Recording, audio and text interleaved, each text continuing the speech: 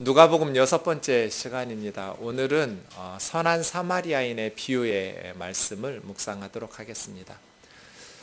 선한 사마리아인의 비유는 예수님의 비유들 중에서 가장 많이 알려진 비유 중에 하나일 것 같습니다. 그런데 선한 사마리아인의 비유가 어떤 의미이고 어떤 메시지인지 정확하게 아는 사람은 많지 않습니다. 널리 알려져 있는 비유인데 제대로 아는 사람이 많지가 않아요. 선한 사마리아인의 비유를 통해서 우리에게 예수님은 무슨 말씀을 하고 싶으셨을까요? 하나님의 말씀을 바르게 파악하려면 문맥을 꼼꼼하게 먼저 살펴야 됩니다. 예수님이 선한 사마리아인의 비유를 말씀하게 된 배경이 한 율법교사의 질문 때문에 시작된 것입니다. 25절 우리 같이 읽겠습니다. 시작.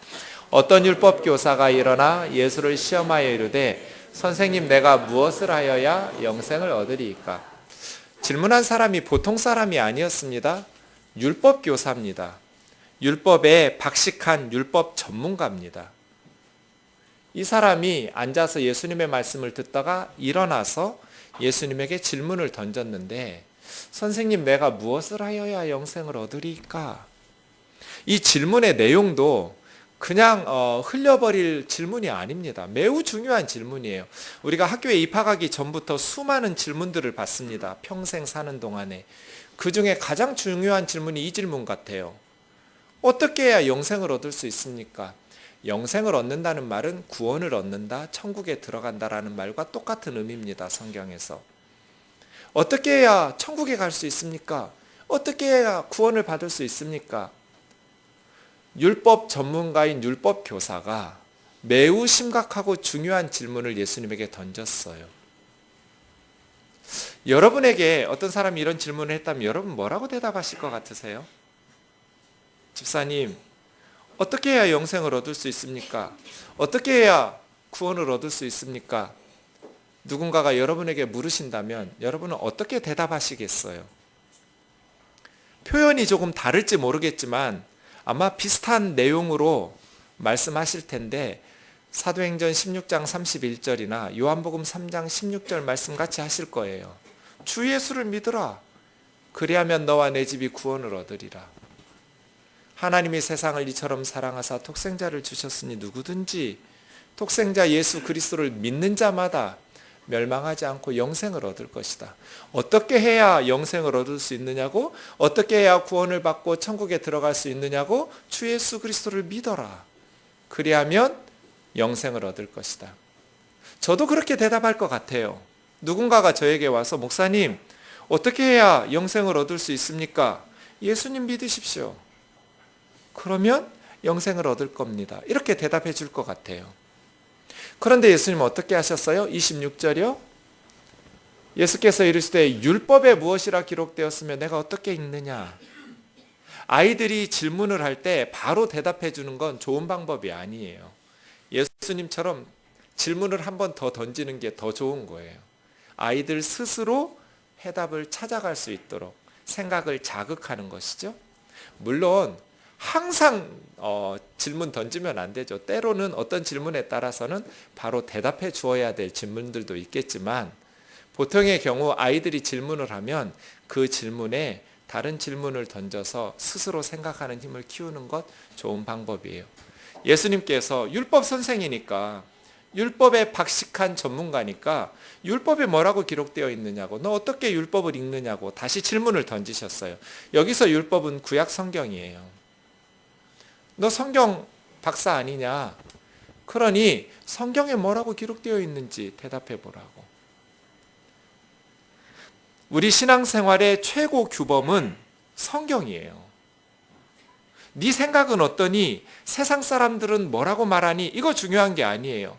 세상의 사상은 항상 변해요. 시대에 따라서 변해왔어요. 예전에는 잘못이라고 말하던 것이 요즘은 잘못이 아니기도 하고, 또 잘못이 아니라고 하던 것이 요즘은 잘못이 되기도 하고, 그렇게 예전에는 동성연애를 다 잘못이라고 그랬어요. 그런데 요즘은 아니라고 그래요. 예전에는 일부 다처제, 특히 권력을 가진 사람들이 여러 부인을 두는 거 별로 죄라고 생각 안 했어요. 그러나 요즘은 불법이에요. 세상의 사상과 가치관은 변해요. 그래서 우리 신앙생활의 표준은 세상에 변하는 사상이 아니에요. 불변하는 하나님의 성경의 진리지요. 우리의 삶과 신앙은 불변하는 하나님의 진리이신 성경에 근거해야지 늘 변하는 세상의 가치관이나 사람들의 평가가 중요한 게 아니에요. 예수님께서는 사람들의 평가, 세상의 가치관 그렇게 대답하지 않았어요. 성경에 뭐라고 되어 있느냐고. 너는 율법을 어떻게 읽느냐고. 그랬더니 이 사람이 27절처럼 대답했어요. 우리 28절까지 같이 읽겠습니다. 시작. 대답하여 이르되 내 마음을 다하며 목숨을 다하며 힘을 다하며 뜻을 다하여 주 너의 하나님을 사랑하고 또한 내 이웃을 내 자신과 같이 사랑하라 하였나이다. 예수께서 이르시되 내 대답이 옳도다. 이를 행하라. 그러면 살리라 하시니. 네. 예, 율법 전문가답게 정확하게 대답했어요. 마음을 다하고 목숨을 다하고 힘을 다하고 뜻을 다하여 혼신의 힘을 다하여 하나님을 사랑하고 이웃을 내 자신과 같이 사랑하라고 하셨습니다. 네 대답이 옳도다. 이것을 행하라. 그러면 살리라. 질문이 뭐였어요? 영생이었어요. 어떻게 해야 영생을 얻을 수 있습니까? 예수님의 대답은 뭐였어요? 하나님을 사랑하고 이웃을 사랑해라. 그러면 살 것이다. 저는 어려서 주일학교 때부터 이 율법 학사의 질문에 잘못된 단어 하나가 있다고 배웠어요. 선생님, 내가 무엇을 하여야 영생을 얻으리이까? 잘못된 단어는 뭘까요? 하여야. 영생이란 구원은 행함으로 받는 게 아니다. 네가 무엇을 해서 받는 게 아니야. 믿음으로 받는 것이지. 주 예수를 믿어라. 행함으로 구원받는 것이 아니라 믿음으로 구원받는 것이다. 라고 배워서 이 사람의 질문 자체가 잘못됐다고 말씀하셨어요. 그런데 오늘 본문을 찬찬히 보면 예수님께서는 이 사람의 대답이 옳다고 말씀하셨어요. 그리고 오늘 비유가 끝나는 37절도 보세요. 선한 사마리아인의 비유가 끝나고 마지막 말씀도 이 율법교사에게 예수님은 가서 너도 이와 같이 하라고. 어떻게 해야 영생을 얻을 수 있습니까로 시작된 대화가 그렇게 하라고 행함으로 끝났어요. 예수님이 반어법을 말씀하신 것일까요?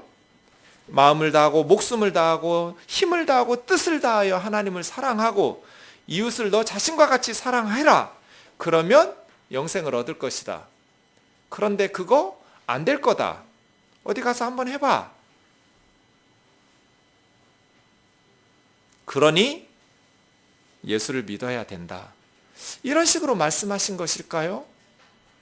그런 것 같지가 않아요. 많은 목사님들이 그렇게 설교하시는데 예수님께서 반어법으로 비아냥거리시면서 어디 한번 해보지? 그러신 것 같지가 않단 말이에요. 이 사람만 이렇게 해야 돼요? 우리도 마찬가지예요. 우리도 가서 이와 같이 하라. 주님이 말씀하실 거예요. 그럼 뭘까요? 성경이 어디에서는 행함으로 구원받을 수 없고 오직 믿음으로 예수 그리스도의 십자가의 대속적 죽음을 믿음으로 구원받는다고 말씀하시고 또 이런 구절에서는 행하라고 그러면 살 것이라고 영생을 얻을 것이라고 왜 성경은 구원이라는 이 중요한 질문에 대해서 두 가지로 말씀하시는 것처럼 보일까요? 이에 대한 대답 갈라디아서 5장 6절이 정답이에요. 우리 같이 읽어보겠습니다. 시작. 그리스도 예수 안에서는 할례나 무할례나 효력이 없으되 사랑으로서 역사하는 믿음뿐이니라. 역사한다라는 말은 일한다는 뜻이에요. 할례를 받았는가 할례를 받지 않았는가 중요하지 않아요. 중요한 것은 뭐예요? 사랑으로서 역사하는 믿음이에요. 성경에서는 선행을 해서 구원을 받는다고 말하지 않아요. 그런 의미에서 행함으로 구원받는 게 아니에요. 그러나 믿음으로 구원받는다고 말할 때 성경에서 말씀하시는 그 믿음이 그냥 지식적인 동의가 아니에요. 입으로 고백하는 신앙 고백도 아니에요. 성경에서 말하는 믿는다라는 말은 사랑으로서 역사하는 믿음이에요. 기독교의 믿음의 핵심은 십자가예요. 무엇을 믿는가? 십자가를 믿는 거예요. 십자가가 뭐예요? 하나님께서 우리를 사랑하셔서 우리의 죄 때문에 우리가 하나님의 저주와 심판을 받아야 할 것을 예수님에게 덮어씌워서 하나님께서 예수님을 저주하여 심판하시고 우리 죄를 용서하셨다라는 하나님의 사랑의 메시지예요. 우리가 예수님을 믿는다는 것은 십자가의 사랑을 믿는다는 거예요. 그 하나님의 사랑을 받은 우리가 어떻게 혼신의 힘을 다해서 하나님을 사랑하지 않을 수 있어요? 중국의 어떤 아이가 엄마가 산모였는데 아빠가 엄마를 예수쟁이라고 고발하는 바람에 그 추운 겨울에 새벽에 공안이 들이닥쳐서 옷도 제대로 갖춰 입지 않고 도망 나왔어요. 이 새벽에 어디 갈 데가 없어요. 쫓기는 몸으로. 근데 아이는 곧 나올 것 같아요. 그래서 이 산모가 예배당 앞으로 갔어요. 예배당 문이 잠겨 있었는데 그 예배당 문 앞에서 혼자 그 새벽에 아이를 낳았어요. 그 다음날 새벽 일찍 그 교회 권사님들이 물건띠로 시장에 가다가 어떤 애기 엄마가 벌거벗고 피가 흘린 채 예배당 길에서 얼어 죽어 있는 걸 보았어요. 그런데 그 품 안에 갓난아이 여자아이가 울고 있었어요. 이 엄마가 자기 아이를 살리기 위해서 자기 옷을 다 벗어서 감싸고 품에 안고 자기가 얼어 죽은 거예요. 그래서 이 여자아이가 교회에서 권사님들이 키웠어요. 대여섯 살 되었을 때 권사님들한테 물었어요. 우리 엄마 어디 있냐고. 한 권사님이 대답했어요. 내가 니네 엄마다. 아니라고. 다른 애들 엄마는 다 젊은데 우리 엄마는 왜 이렇게 늙었냐고. 할머니는 우리 엄마 아니라고. 우리 엄마 내놓으라고. 하도 고집을 피워서 대답해 줬어요. 니네 엄마는 너를 너무 사랑해서 너를 낳으면서 얼어 죽었다. 네가 나중에 훌륭한 사람이 되면 엄마를 만날 수 있을 거다. 그랬더니 애가 갑자기 경직되면서 지금 당장 우리 엄마한테 데리고 가라고 그래요. 지금은 엄마를 만날 수 없다. 나중에 훌륭한 사람 되면 만날 수 있다. 울며 떼를 써요. 지금 당장 우리 엄마 있는데 데려가라고. 그래서 할 수 없이 무덤으로 데리고 갔어요. 그랬더니 이 여자아이가 누가 시키지도 않았는데 자기 옷을 벗어서 그 무덤을 덮어주면서 닭똥 같은 눈물을 흘리는 거예요. 엄마가 나 때문에 얼어 죽었냐고. 이제 안 춥지, 이제 안 춥지, 그런 거예요. 엄마가 나 때문에 얼어 죽은 걸 알게 됐어요. 그럼 그 아이는 그 엄마를 사랑하는 게 당연하죠. 하나님이 우리를 사랑하셔서 우리가 죽어야 되는데 하나님의 아들 예수 그리스도를 벌거벗겨서 십자가에 저주하시고 진노를 쏟아부어 죽였어요. 그것을 알고 믿게 되면 우리는 어떻게 되겠어요? 그 하나님을 마음을 다하고 목숨을 다하고 힘을 다하고 뜻을 다하여 사랑하게 돼 있어요. 그거 당연한 거예요. 그리고 하나님께서 쓸모없는 죄인인 나를 위해서 그렇게 사랑하셨다면 나도 하나님처럼 다른 사람들을 사랑하면서 살아야겠다. 이게 당연하잖아요.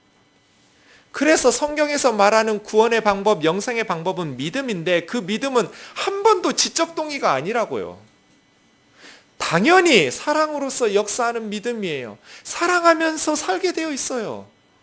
하나님을 사랑하고 이웃을 소중히 여기면서 나를 그렇게 소중히 여기신 하나님처럼 이웃을 소중히 여기면서 살아갈 수밖에 없잖아요. 그거 요한일서 4장 11절에서 사도 요한이 이렇게 말해요. 사랑하는 자들아 하나님이 이같이 우리를 사랑하셨은 즉 우리도 서로 사랑하는 것이 뭐하다고요? 마땅하다고요. 저러지 않으면 이상한 거죠. 하나님이 우리를 사랑하셨으니 우리도 다른 사람을 사랑하는 것이 너무나 자연스럽고 마땅한 것이. 그렇지 않으면 이상한 거예요. 그래서예요. 성경은 믿음으로 구원을 얻는다고 말할 때 그 믿음이 한 번도 행함 없는 믿음이었던 적이 없는 거예요. 그런데 한국교회는 사랑으로서 역사하는 믿음을 가르치기보다는 그냥 복음 전해서 교회 다니고 입으로 고백하고 지적 동의에 머무를 때가 많아요. 사랑의 행함과 분리된 믿음을 가르치고 있지 않은가. 저는 이거 매우 위험한 상황이라고 봐요. 마태복음 7장에서 예수님께서 산상설교 끝내면서 그날에 많은 사람이 나에게 와서 주여 주여 우리가 주의 이름으로 선지자 노릇하고, 선지자 노릇했다는 건 설교하고 말씀 전했다는 거예요. 주의 이름으로 귀신을 쫓아내고 많은 능력을 행하지 않았습니까? 내가 분명히 말하는데 그때 내가 그들에게 나는 너를 모른다, 불법을 행하는 자라라, 내게서 떠나라, 바깥 어두운데 내쫓으라, 거기서 슬피 울며 이를 갈미 있으리라고. 어떻게 십자가의 사랑을 믿는데 그 십자가의 사랑을 전하면서 억대 연봉을 받아가면서 호의호식하면서 목사질을 할 수가 있어요. 매우 위험한 것 같아요. 저는 사랑으로서 역사하는 믿음 말이에요. 교우들 중에는 너무너무 궁핍해서 지금 사냐 죽냐 하고 있는 그런 성도들이 없는 교회가 어디가 있겠어요, 이 세상에. 그런데 어떻게 그렇게 호화롭게 살 수가 있어요, 목회자들이. 사랑이 없어요. 믿음이 있다면 사랑으로서 역사할 거예요. 그건 마땅한 거예요. 만약에 믿음은 있는데 사랑으로서 역사하는 행함이 없다면 어떻게 될까요? 이것을 예수님의 친동생이었던 야고보 장로님이 아주 알아듣기 쉽게 써놨어요. 2장 11절에서 14절이에요. 야고보서 2장 14절이에요. 내 형제들아, 만일 사람이 믿음이 있노라 하고 행함이 없으면 무슨 유익이 있으리요? 그 믿음이 능히 자기를 구원하겠느냐? 믿음은 있다고 주장하는데 행함이 없는 거예요. 그럼 그 사람의 믿음이 그 사람을 구원할 수 있겠느냐는 거예요. 만일 형제나 자매가 헐벗고 일용할 양식, 하루 쓸 양식이 없어서 굶주리고 있는데 너희 중에 누구든지 그에게 평안히 가라, 덥게 하라, 배부르게 하라 하면서 그 몸에 쓸 것을 주지 않으면 무슨 유익이 있어요? 지금 춥고 헐벗고 굶주리고 있는 사람에게 평안히 가라, 따뜻하게 하라, 배부르게 하라 하면서 그 몸에 쓸 건 아무것도 안 줘요. 그러면 이 사람의 믿음이 무슨 의미가 있어요? 그 다음 보세요. 행함 없는 믿음은 죽은 것이다. 어떤 사람이 말하기를 너는 믿음이 있고 나는 행함이 있는데 네 행함 없는 믿음을 나에게 보여보라고. 나는 내 행함으로써 내가 가진 믿음을 보여주겠다고. 성경의 믿음을 말할 때 한 번도 삶과 분리된 지적 동의였던 적이 없어요. 어떤 성경 구절도. 그런데 믿는다고 말하고 고백만 하면서 행함이 없어요. 이 행함은 뭐예요? 하나님을 사랑하고 이웃을 사랑하는 거예요. 예수 믿는 사람은 아내를 사랑하게 되어 있어요. 사랑은 말로 하는 말이나 감정이 아니에요. 느낌도 아니죠. 행함 있는 사랑이죠. 아내를 사랑한다면 명절에 아내 혼자 죽으라고 부엌에서 고생하도록 방치하지 않을 거예요.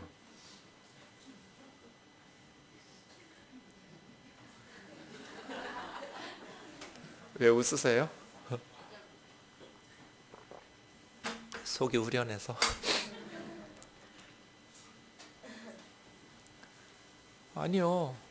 전 그냥 성경 얘기하고 있는 거예요. 믿음이 있다면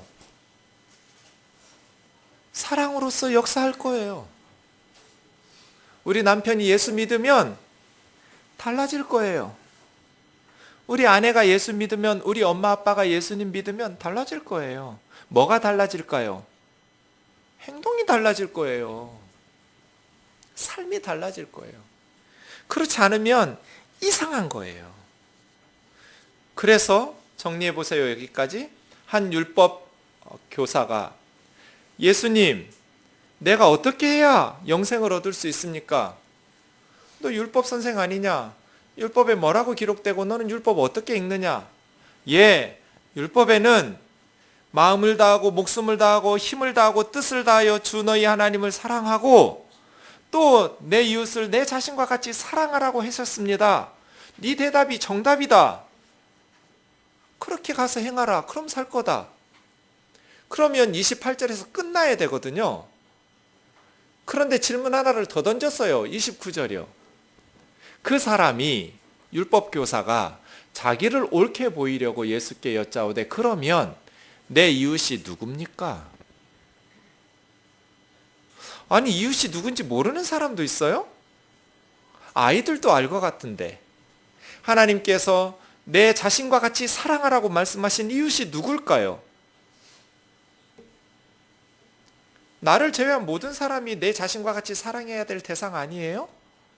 그런데 왜 이 율법교사는 자신을 옳게 보이려고, 자기가 지금까지 살았던 것을 자랑하기 위해서 이웃이 누구냐고 물었을까요? 율법 때문이에요. 유대인들은 내 이웃을 내 몸과 같이 사랑하라고 말씀하시는 그 이웃이 세상의 모든 인류가 아니에요. 할라카라는 유대인의 성경을 해석한, 특히 생활 규범적으로 알려주는 그러한 책이 있어요. 율법의 말씀을 613가지 모세 율법을 구체적인 일상생활에서 어떻게 실천하면서 살아야 될지를 가르쳐주는 그 책이 할라카예요. 할라카에는 이스라엘 사람만 내 몸과 같이 사랑해야 될 내 이웃이에요. 그렇게 써놨어요. 이방인들은 내 몸과 같이 사랑해야 될 이웃이 아니에요. 또 유대인들은 여러 분파에 따라 또 달랐을 거예요. 아마 바리새파 사람들은 바리새파 사람들만 이웃이라고 생각했을 거예요. 사해바다 근처에 동굴, 쿰난 동굴이라고 하는데요. 그곳에서 예수님 시대의 신약성경 시대의 집단 생활을 했던 사람들이 에세네파라고 불러요. 에세네파의 기록에 보면 자기 파 안에 있는 사람들만 내 몸과 같이 사랑해야 될 이웃이라고 써놨어요. 그러니까 유대 분파에 따라서 조금씩 차이는 있겠지만 유대인들은 외국 사람들, 이방인들, 우상 숭배하는 다른 나라 사람들, 사마리아 사람들도 내 자신과 같이 사랑해야 될 이웃이라고 생각 안 한 거예요. 하나님을 섬기는 이스라엘 사람들만 내 이웃이라고 생각한 것이죠. 그런 생각을 가지고 내 이웃이 누구냐고 말하는 거예요. 이 질문 때문에 예수님께서 30절부터 선한 사마리아인의 비유를 말씀하시게 된 것이죠. 30절 보세요. 어떤 사람이 예루살렘에서 여리고로 가다가 강도를 만났네요. 그 다음에 보니까 강도들이라고 복수형으로 된 것을 보니 여러 명의 강도를 만났어요. 예루살렘은 높은 지역이고요. 여리고는 낮은 지역이에요. 한 27km 정도 거리가 있는 두 도시의 거리에는 고도가 한 900m 이상 나요. 그러니까 굉장히 경사길들이 있고요. 좁아요. 그래서 예수님 시대에 저 도로를 혈로라고 불렀어요. 피의 길. 강도들이 자주 출몰하니까요. 예수님께서 있을 법하지 않은 내용으로 대답하신 게 아니라 내 몸과 같이 사랑해야 될 이웃이 누구냐고 예를 들어서 설명하신 거예요. 늘 있는 일이에요. 어떤 사람이 예루살렘에서 예리고로 내려가다가 강도를 만났다. 예수님 시대에는 옷이 지금처럼 흔하지 않았어요. 매우 값지고 귀한 물건이에요. 그래서 이 강도들이 그 사람이 입은 옷을 벗겼어요. 주로 겉옷과 속옷인데요. 벗겨가고요. 그 다음에 죽일 만큼 때렸어요. 때려서 거반 죽게 된 것을 그냥 버리고 갔어요. 누군가가 급하게 돌봐주지 않으면 죽을 거예요. 그런데 마침 한 제사장이 그 길을 지나가다가 그 사람을 보았어요. 못 봐서 지나간 게 아니에요. 죽어가는 사람을 봤어요. 봤는데 피하여 지나갔어요. 아, 잠깐만요, 예수님. 뭐라고요? 좀 전에 뭐라 말씀하셨어요? 다시 말씀해 보세요. 어떤 사람이 강도 만나서 죽어가고 있는데 한 제사장이 그 죽어가는 사람을 보고 피해서 지내겠다. 아, 예수님, 그럴 리가요. 어쩌면 우리 제사장님을, 그렇게 못된 제사장이 어디가 있어요? 어떻게 그렇게 말씀하세요? 그럴 리가 있나요? 이러지 않았어요. 예수님은 진짜 있을 법한 얘기 하신 거예요.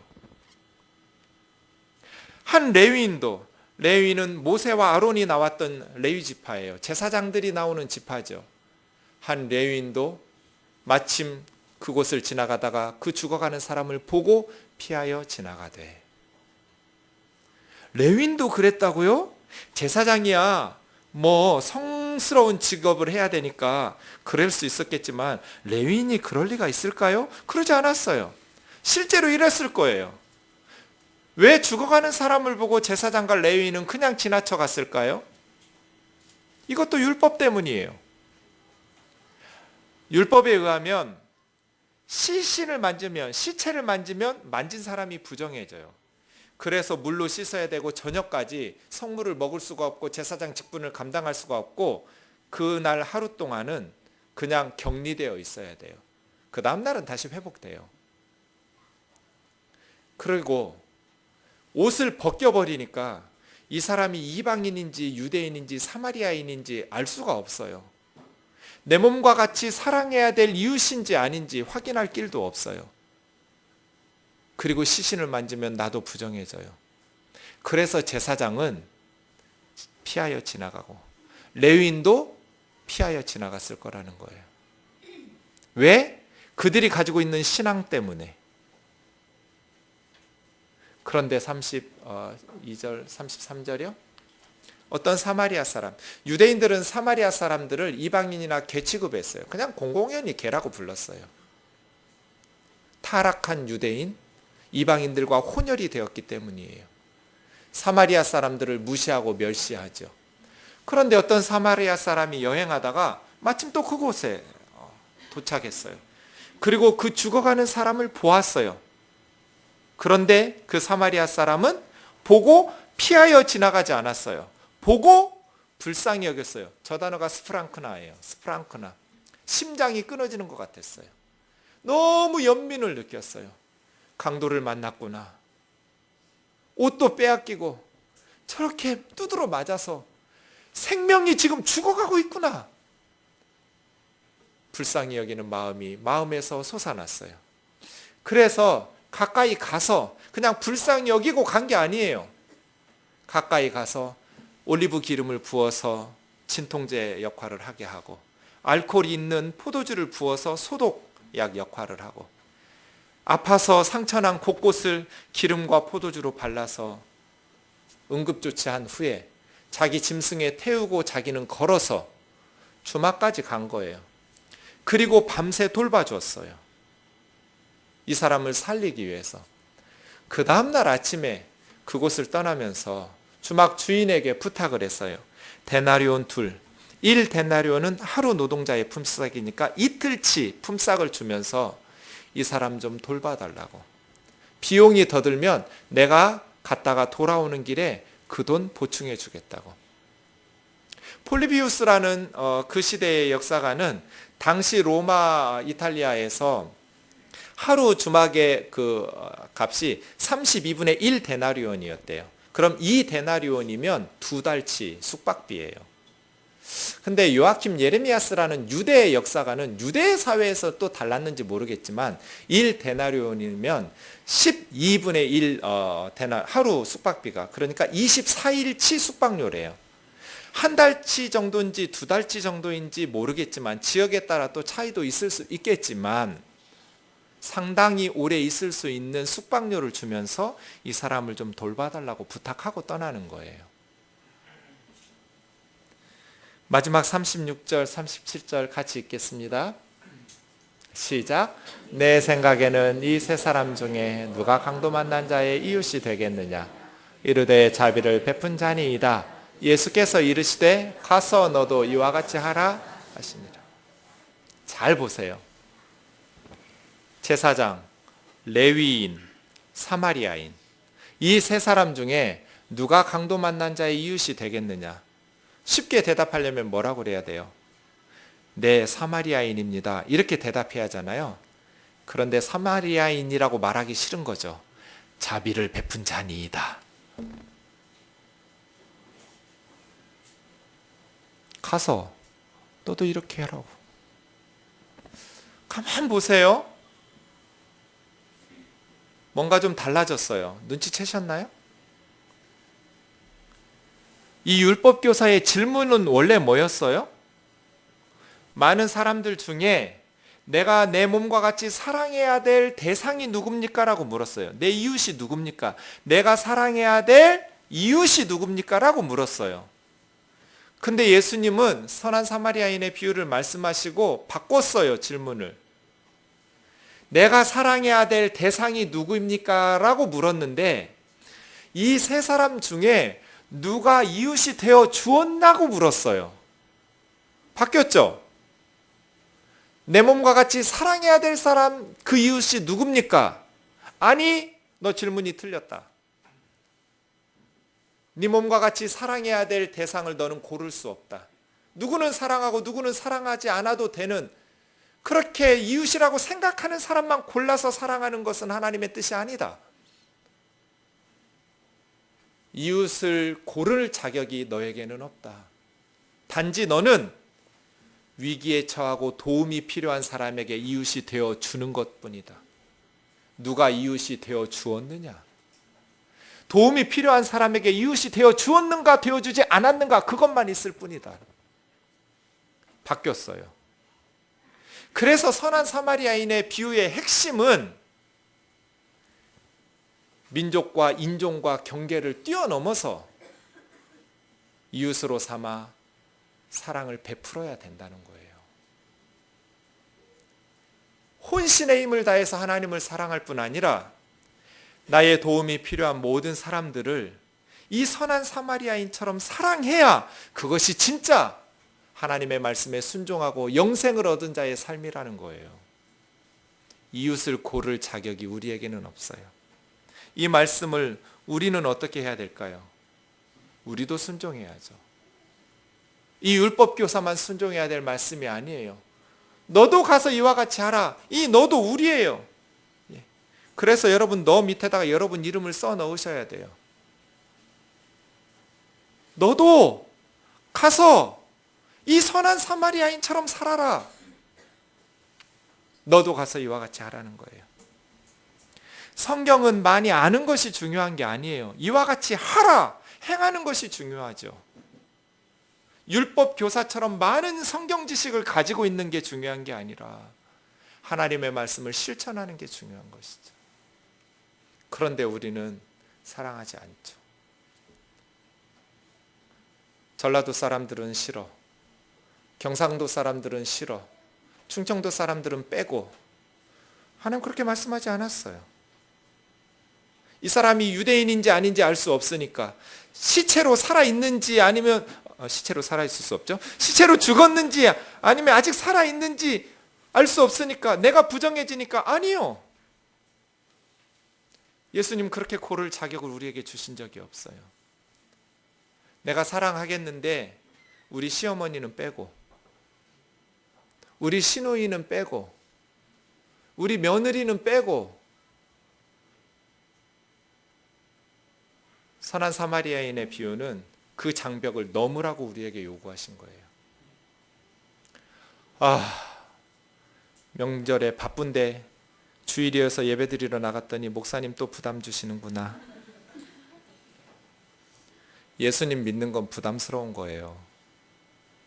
바르게 산다는 건 힘들게 산다는 거예요. 내 맘대로 살려면 뭐하러 예수님 믿어요? 우리가 예수님을 믿었다라는 것은 예수님 뜻대로 살겠다는 거예요. 내 맘대로 나 편한 대로 사는 게 아니고 하나님 기뻐하시는 삶을 살겠다고 다짐하고 나오는 거예요. 그래서예요. 저에게도 상처를 주었던 많은 사람들이 있어요. 정말 신경도 쓰고 싶지 않은 사람들이 있어요. 그런데 본문 보세요. 제사장이 보고 피하여 지나가고, 레위인이 보고 피하여 지나가고. 사랑의 반대말은 미워하는 게 아니에요. 피하는 거예요. 외면하는 거. 신경 쓰지 않는 거. 내가 좋아하는 사람만 사랑하는 거. 내가 좋아하는 사람만 좋아하는 것. 그것은 예수 믿는 사람들이 행해야 될 삶의 방식이 아니에요. 피하는 거, 그게 사랑의 반대말이에요. 신경 쓰지 않는 거, 사랑하려고 노력하지 않는 거. 왜 사랑하기가 힘들어요? 나에게 많은 상처를 주니까. 힘들어요. 그런데 주님 뭐라 말씀하셔요? 너희가 좋아하는 사람만 사랑하면 무슨 칭찬을 받겠냐? 하나님 모르는 이방인들도 그렇게 하지 않느냐? 원수까지 사랑하라고. 원수를 어떻게 사랑할 수 있어요? 나에게 그렇게 상처를 준 사람들을 어떻게 사랑할 수 있어요? 사랑하라는 거예요. 그래서예요. 사랑은 우리의 다짐이나 노력으로 가능한 것이 아니라 성령의 열매예요. 성령님께서 우리 마음에 은혜를 베푸셔야 돼요. 하나님의 사랑을 받을 만한 자격이 우리에게 있어서 십자가의 사랑이 쏟아진 게 아니에요. 사랑이 가능한 것은 우리가 그렇게 사랑을 받을 정도 죄인이었기 때문이 아니라 하나님 마음에 사랑이 넘쳤기 때문이에요. 우리가 사랑할 수 있는 방법은 그 상대방이 잘못을 적게 저질렀기 때문이 아니라 우리 마음속에 성령이 사랑을 부어주시기 때문이에요. 그래서예요. 선한 사마리아인처럼 살며 사랑하려면 사랑하기를 원하고 기도해야 돼요. 적어도 그 사람을 사랑하는 것이 하나님을 기쁘시게 하는 것이라고 인정하면서 기도하기 시작해야 돼요. 기도가 안 나와요. 시어머니를 주여 막 모래를 넣고 씹는 것 같을 거예요. 싫으니까. 우리 며느리를 안 될걸요? 뱉어내야 돼요. 하나님, 내 마음이 싫습니다.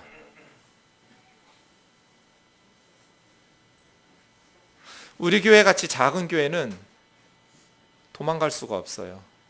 그래서 큰 교회로 가요. 큰 교회는 갈등이 생겨도 얼마든지 하나님 섬길 수 있어요. 그런데 작은 교회는 성도 간에 갈등이 생기고 상처를 받으면 도망갈 수가 없어요. 그래서 신앙생활은 작은 교회에서 해야 돼요. 그래야 깎이거든요. 나를 뜯어 고쳐야 돼요. 너도 가서 이와 같이 하라. 너도 너에게 많은 상처와 아픔을 주었던 그 사람에게 좋은 이웃이 되어라. 그들에게 네 몸과 같이 사랑해라. 그래서예요. 성령님께서 우리 마음에 은혜를 베푸시면 우리 마음에 스프랑크나 불쌍히 여기는 마음이 생겨요. 그 시어머니가 그렇게 사는 이유는 그렇게 살 수밖에 없는 환경에서 자랐기 때문이에요. 그것을 불쌍히 여기는 마음 말이에요. 우리 남편이 그렇게 사는 것은 그렇게 살 수밖에 없이 그 시아버지 시어머니한테 그렇게 배웠기 때문이에요. 불쌍히 여기는 마음, 스프랑크나. 그래서 올리브 기름을 쏟아붓고 포도주를 쏟아붓고 짐승에 태워서 추막에 가서 돌봐주고 싶은 마음. 그렇게 살 수밖에 없는 죄인들을 불쌍히 여기는 마음. 그 마음이 우리 속에 부어져야 돼요. 나중에 하나님 앞에 갔을 때 너 왜 그렇게 사랑을 못하고 그렇게 말씀을 듣고 했는데도 그렇게 선한 사마리아인의 비유를 알았으면서도 그렇게 사랑하지 못하고 왔느냐? 하나님, 어지간해야죠. 너무 못된 시어머니였어요. 도저히 사랑할 수가 없었어요. 그렇게 변명하실래요? 그건 그 사람의 잘못이에요. 우리는 우리의 몫을 하면 돼요. 하나님께서 우리에게 말씀하시는 것은 너도 선한 사마리아인처럼 가서 그렇게 하라. 하라! 믿으라가 아니에요. 알라도 아니에요. 하라예요. 힘들죠. 힘들어요. 그래서예요. 여러분의 믿음의 분량만큼 서서히 하는 거예요. 성령의 열매라고 그랬잖아요. 이 열매는 처음부터 맛있게 익지 않아요. 처음에는 떫어요. 쉬어요. 그런데 점점 시간이 흐르면서 맛있는 과일로 익어가요. 사랑도 그런 거예요. 말씀 듣고 배웠다고 해서 기도 몇 번 했다고 해서 바로 사랑이 안 돼요. 시간이 걸려요. 그러나 아예 나는 안 해! 하고 피하여 지나가는 것은 심각한 문제예요. 하려고 노력해야 돼요. 기도하셔야 돼요. 성령님의 도우심을 구하셔야 돼요. 그리고 나면 점차로 조금씩 사랑하게 될 거예요. 우리가 사랑하지 않아도 되는 사람은 아무도 없어요. 죄는 미워해도 죄인은 불쌍히 여겨서 기도해야 돼요. 김정은이는 미워해도 그 죄는 밉지만 그 영혼이 변화되고 회개하고 한 사람이 예수 믿으면 2천만 명이 예수 믿을 수 있어요. 기도해야 돼요. 불쌍히 여겨야 돼요. 그렇게 살 수밖에 없는 것은. 정죄하고 비난하고 욕하고 미워하고 저주하고 끝내면 안 돼요. 예수님은 우리에게 그러한 가능성과 여지를 남겨두지 않으셨어요. 그래서 예수님의 제자로 산다는 건 힘든 거예요. 힘들지만 성령님께서 도우셔서 가능한 삶이에요. 성령님께서 함께 하셔서 세상이 알 수 없는 기쁨을 누리도록 하시는 삶이에요. 옆에 있는 형제 자매들을 좀 바라보세요. 그리고 좀 불쌍히 여겨주세요. 참 불쌍하잖아요. 우리 불쌍하지 않아요? 그쵸? 참 안쓰러울 때가 많아요. 산다는 것이. 귀하게 여기고 긍휼히 여기고 그렇게 해서 사랑을 베풀어라. 예수님 말씀 읽고 마치겠습니다. 누가복음 5장 30절에서 32절입니다. 바리새인과 서기관들이 예수님의 제자들을 비방합니다. 왜 너희는 죄인과 세리들과 함께 먹고 마시느냐? 예수님께서 세리들을 가까이 하셨기 때문입니다. 그 바리새인들의 비방을 듣고 예수님께서 대답하십니다. 건강한 자에게는 의사가 쓸데없다.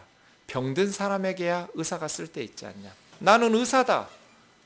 의사가 죽어가는 사람을 보고 외면할 수 있느냐? 피하여 지나갈 수 있느냐? 나도 얘들이 병든 거 안다. 얘들이 죄인인 줄 안다. 나는 의인을 위해서 온 것이 아니라 죄인을 불러서 회개시키려고 왔다. 나는 영혼의 의사요. 나는 모든 사람의 병든 것을 고치고 모든 죄인들의 죄악을 회개시켜 하나님의 자녀 삼기 위해서 왔다. 예수님은 고르지 않았어요. 예수님이 고르셨다면 저 같은 사람은 예수 믿지 않았을 거예요. 못 믿게 하셨을 거예요. 이런 위선자. 성도들 앞에서는 거룩하고 경건한 척하면서 온갖 마음속에 추악하고 이기적이고 음란하고 이 못된 놈. 네가 더 나쁜 놈이야. 아마 버리셨을 것 같아요. 그런데 예수님께서는 누구도 버리지 않으셨어요. 얘는 안 돼! 이렇게 제외시킨 사람이 없어요. 매국노 취급당하고 죄인 나부랭이라고 욕지거리 먹는 세리들에게 예수님은 12제자 중에 하나로 마태를 부르시고 그 세리들에게 예수님의 사랑을 부으셨어요. 병들었어요. 죄인이에요. 그렇다고 예수님께서는 외면하여 피하여 지나가지 않으셨어요. 우리가 예수님의 제자라면 이렇게 살아야 될 거예요. 우리가 사랑하지 않아도 되는 사람은 아무도 없어요. 미워해도 괜찮은 사람은 아무도 없어요. 이제 또 다른 새해를 맞이하고 있는데 우리의 음력 새해가 우리의 마음속에 예수님의 사랑과 예수님의 진리로 좀 더 가득 채워져서 더 많은 사람들을 더 깊이 있게 사랑하고 살아갈 수 있기를 주의 이름으로 축원합니다.